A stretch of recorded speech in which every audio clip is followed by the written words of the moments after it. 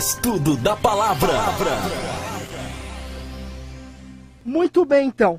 Então é o seguinte, pegue a sua Bíblia aí e abra no livro de Atos, Atos capítulo 9, ok? Atos capítulo 9, e nós vamos entender aqui um ponto interessante. Porque nós vimos semana passada, enquanto você vai abrindo aí a Bíblia em Atos capítulo 10, e nós vamos ler do verso 9 ao 16, nós vimos então, recapitulando bem rapidinho, nós vimos na semana passada que em Gênesis 1, 29, Deus deu a dieta original, que era uma dieta vegetariana para o homem. Vimos que em Gênesis 7, verso 2, após o dilúvio, Deus então permitiu comer carne, porém havia classificação entre os animais limpos e os imundos, tanto que entraram lá tantos pares de animais limpos, que foram mais do que os pares de animais imundos, você conhece a história. Então, se já havia classificação entre animais limpos e imundos, e ali, note, não havia ainda o povo judeu, portanto isso não era apenas para o judeu, obviamente que quando Deus então permite comer a carne de animais, obviamente que seria a carne dos animais limpos, não é? Até fiz aqui uma ilustração, coloquei aqui uma ilustração, uma simbologia. Você tem um carro 0 km, você vai colocar o melhor óleo no motor do carro. Você vai colocar o melhor óleo, ou seja, o melhor fluido ali, melhor dizendo, o melhor fluido de freio. E o melhor lubrificante para o câmbio do motor. Por quê? Porque você quer cuidar daquele seu carro, daquele seu bem. E assim como Deus criou você, que é uma máquina viva, Ele sabe aquilo que faz bem ao seu organismo, e por isso Ele criou exatamente os alimentos que farão bem para o seu organismo e para a sua saúde. Aí nós vimos lá em Levítico capítulo 11, de 1 a 12, Levítico 11, de 1 a 12, nós vimos a classificação entre os animais limpos e imundos, e a lista que Deus disse, olha, desses vocês podem comer, desses aqui vocês não podem comer. Aí nós vimos, então, o texto de Isaías 66, versículos 15 a 17, que aqueles que comem carne de porco, entre outras coisas, não herdarão o reino de Deus. E vimos também que aquele que come esses alimentos imundos que Deus disse e classificou como imundos, Deus compara essas pessoas com pessoas idólatras e que seguem a idolatria do paganismo. Mas aí surgiu algumas perguntas. Vamos lá então para as perguntas. Agora nós vamos ver aqui, tentar resolver alguns probleminhas. Porque olha só, você abriu já em Atos aí, não foi? Quer ver só? Dá a impressão que agora ao ler esse texto, cai tudo por terra aquilo que nós estudamos. E muita gente sincera realmente pensa assim. Uma vez eu estava assistindo televisão, eu não vou citar o nome, é claro, mas eu ouvindo um apóstolo muito famoso aí no meio gospel, ele citou esse texto aqui. Só que ele foi até uma parte do texto. Ele foi até uma parte. E até a parte que ele foi, ele parou e disse, olha, pessoal, aqui Deus mostra que nós não devemos mais ser judaizantes, com esse pensamento de que não podemos comer carne de porco, ou não podemos comer isso, ou não podemos comer aquilo, que agora as coisas são diferentes e tal. E quando eu fui ler o contexto, aí que está a questão, né? Eu vi que não era nada do que ele falou. Mas vamos estudar juntos, eu e você aí, ó, lendo a Bíblia aí. Anote se você não conseguir ler comigo e depois examine por você mesmo. Atos 10, de 9 a 16. Vamos lá então. Já estou aqui, ó, Atos 10, de 9 a 16. Vamos começar a ler. No dia seguinte, indo eles de caminho e estando já perto da cidade, subiu Pedro ao eirado por volta da hora sexta, olha só, a fim de orar. Estando com fome, olha o que aconteceu. Quis comer, mas enquanto lhe preparavam a comida, sobreveio-lhe um êxtase. Então ele viu o céu aberto e descendo um objeto como se fosse um grande lençol, o qual era baixado à terra pelas 4 pontas. Ó. Olha agora aqui a aparente contradição com o que a gente estudou lá atrás. Contendo toda sorte de quadrúpedes, répteis da terra e aves do céu. Olha que interessante. Toda sorte de quadrúpedes, répteis do céu, toda sorte de animais aí que você pode imaginar. Podemos incluir aí crocodilo, cobra, olha só, hein? Que era tudo. Escorpião, barata, rato, podemos incluir isso aí também, porque era toda sorte. Então vamos lá, esse é o primeiro parênteses que eu quis colocar. Verso 13. E ouviu-se uma voz que se dirigia a ele. Olha agora, hein? Levanta-te, Pedro, mata e come. E agora, hein? Como que nós vamos entender agora esse texto em comparação com o que nós estudamos lá atrás? Verso 14, olha. Mas Pedro replicou: de modo nenhum, Senhor, porque jamais comi coisa alguma comum e imunda. Alguns dizem assim, Pedro disse isso porque era judeu. Mas você se lembra lá atrás que lá no dilúvio, quando não havia judeu, já havia classificação entre animais limpos e imundos? Mas vamos ver aqui mais aqui o contexto, olha. 15. Segunda vez a voz lhe falou: ao que Deus purificou, não consideres comum.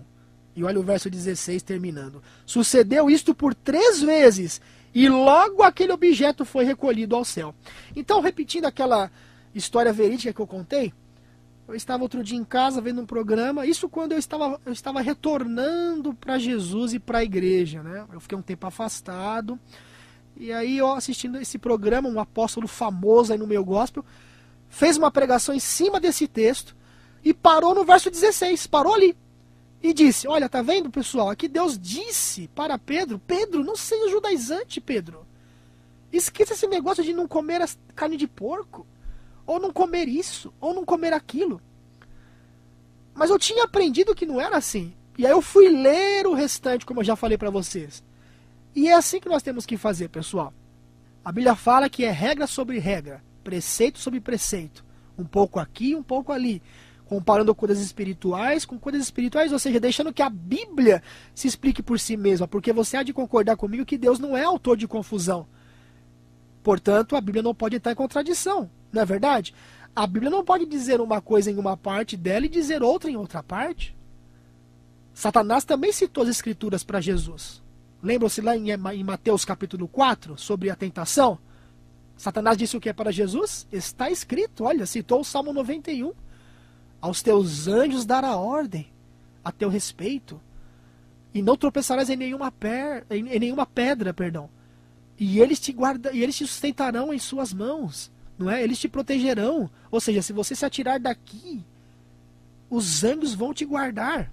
Só que Satanás ele pulou o quê? Pulou aquele pedacinho que diz assim, ó, para que te guarde em todos os teus caminhos. Olha lá, porque Satanás sabia que os caminhos de Jesus não eram os caminhos de Satanás. Mas aí Jesus fez o quê? Também está escrito: não tentarás o Senhor teu Deus. Vamos usar o também está escrito, porque ao ler até o verso 16, dá a impressão que caiu tudo por terra o que estudamos lá atrás, acerca do que pode se comer e do que não pode se comer. Dá a impressão que aqui você pode comer de tudo mesmo. Mas aquele primeiro parênteses que eu abri, lembram-se? Toda sorte de répteis, toda sorte de quadrúpedes. Então havia também morcego, vamos lá. Havia também cobra, havia também lagarto, havia tudo que você pode imaginar. Aí você vai dizer: não, mas aí também não vou poder comer. Ué, mas não havia tudo isso lá? Ah, então nós vamos entender agora aqui o contexto. Atos, capítulo 10, verso 17. Atos 10, 17, olha só. Enquanto Pedro estava perplexo, olha aqui o detalhe das entrelinhas, sobre qual seria o significado da visão. Vocês estão vendo aqui, ó? Pedro não teve certeza e não teve o entendimento certo de que realmente aquela visão era literal. Ou seja, literal no sentido de que a partir dali poderia se comer de tudo. Não. Ele estava pensativo porque ele entendeu que havia um significado espiritual por detrás daquele texto. Vamos repetir o verso 17, olha. Quer dizer, se eu parar no 16, aí tudo bem. Mas e a continuação? Vamos repetir o 17? Atos 10? Enquanto Pedro estava perplexo sobre qual seria o significado da visão. Veja. Eis que os homens, agora nós vamos entender, ó. Eis que os homens enviados da parte de Cornélio, tendo perguntado pela casa de Simão, pararam junto à porta. Então nós percebemos aqui no verso 17 que Pedro estava confuso. Não é verdade. E qualquer pessoa, por mais teólogo que ela seja, ela terá que admitir que não é verdade que Pedro entendeu que realmente, lendo até o verso 16, Deus então agora tinha liberado o uso e consumo de carnes imundas. Não é verdade. Vamos ter que admitir que nesse contexto aqui realmente não é verdade isso que as pessoas dizem por aí. Mas agora nós vamos entender o verso 18. Ou melhor dizendo, o verso 18 nos dará a resposta. Olha o verso 18, ou melhor dizendo, o verso 28, perdão. 28, olha. Atos 10, capítulo 10, verso 28. A quem se dirigiu dizendo: vós bem sabeis que é proibido a um judeu ajuntar-se ou mesmo aproximar-se a alguém de outra raça. Mas Deus, agora Pedro dá o significado da visão. Olha aqui, ó. Mas Deus me demonstrou que a nenhum homem considerasse comum ou imundo. Percebeu? Olha que interessante. Então, Pedro aqui no verso 28, porque no verso 17 ele ficou confuso e ele estava pensativo, qual seria o significado dessa visão? Quando chega no 28 e ele entra ali na casa de Cornélio, ele já tem realmente a conclusão do significado da visão. Então Pedro agora explica que aquela visão, na verdade, se aplicava o quê? Não aos alimentos. Não aos alimentos, mas ao fato de classificarem os gentios de imundos. Porque os judeus classificavam o povo gentil como imundos. Como pessoas que não tinham parte com os oráculos que Deus deu ao povo judeu. Porque agora o evangelho deveria ser pregado a toda a raça. Todos seriam agora iguais perante Deus. Isso é a essência da nova aliança, no que se refere a essa questão. Porque muitas pessoas sinceras dizem assim, não, nós estamos na nova aliança. Mas a essência desse contexto aqui, no que se refere à nova aliança, é isso aqui. Não era comer os animais imundos, não. Então está muito claro aqui, pessoal. Então nesta visão, Deus quebra a barreira racial. Pedro está agora aberto aos gentios. A visão tem que ver com o fato de que, através da cruz, todas as barreiras entre as pessoas foram removidas. Então esse é o significado. Tá vendo só? Há muita gente sincera que pensa assim, puxa, posso comer de tudo. Porque a visão de Pedro trazia tudo que é tipo de alimento ali, não é? Digamos assim. Mas ali também tinha barata, morcego, rato, cobra. A pessoa vai dizer, não, aí também não é, mas tinha tudo.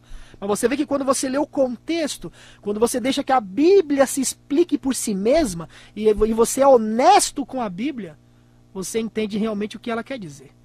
A visão não se tratava de alimentos em si, mas de mostrar que os gentios não eram para serem considerados imundos, porque todos agora seriam iguais perante Deus. Está muito claro isso aqui para você, amém?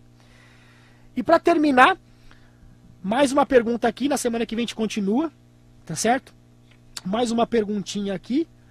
Jesus afirmou que não é o que entra pela boca que contamina o homem. Essa daqui é muito interessante.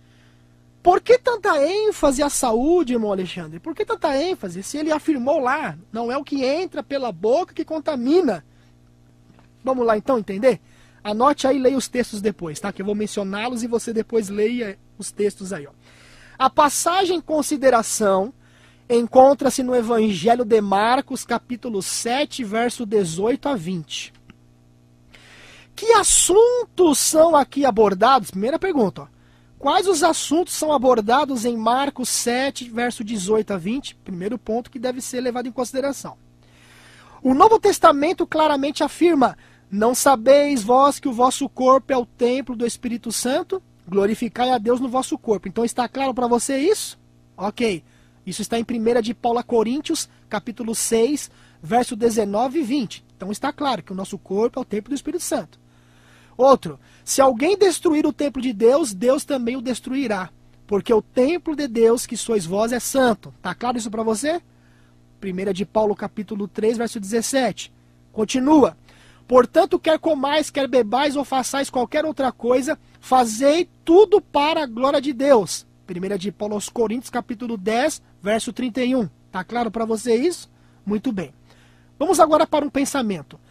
As escrituras são coerentes, ok? Elas não dizem num lugar que devemos ser muito cuidadosos com o que comemos ou bebemos, e em outro lugar que podemos comer e beber de tudo. Ok? Ficou claro isso? É claro isso, é óbvio? Muito bem. Vamos então resumir o que Marcos capítulo 7, lembre-se que o texto está em Marcos 7, de 18 a 20. Vamos resumir ele na sua globalidade, então. Vamos lá. Primeiro ponto a analisar. Os fariseus possuíam leis muito rígidas acerca da purificação cerimonial. Olha aqui, ó. Agora a gente vai começar a montar o quebra-cabeça.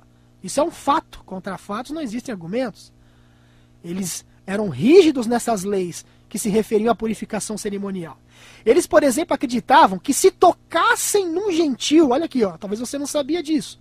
Não é? Você é uma pessoa sincera, tudo bem, é isso, Deus entende isso. Talvez você não sabia, mas agora você está sabendo, veja. Se eles tocassem um gentil, não um judeu no caso, eles criam, não é? Que eles ficavam que imundos. Se tocassem um gentil, seja no mercado, ou fosse no mercado, ou fosse em praça, se tornavam imundos.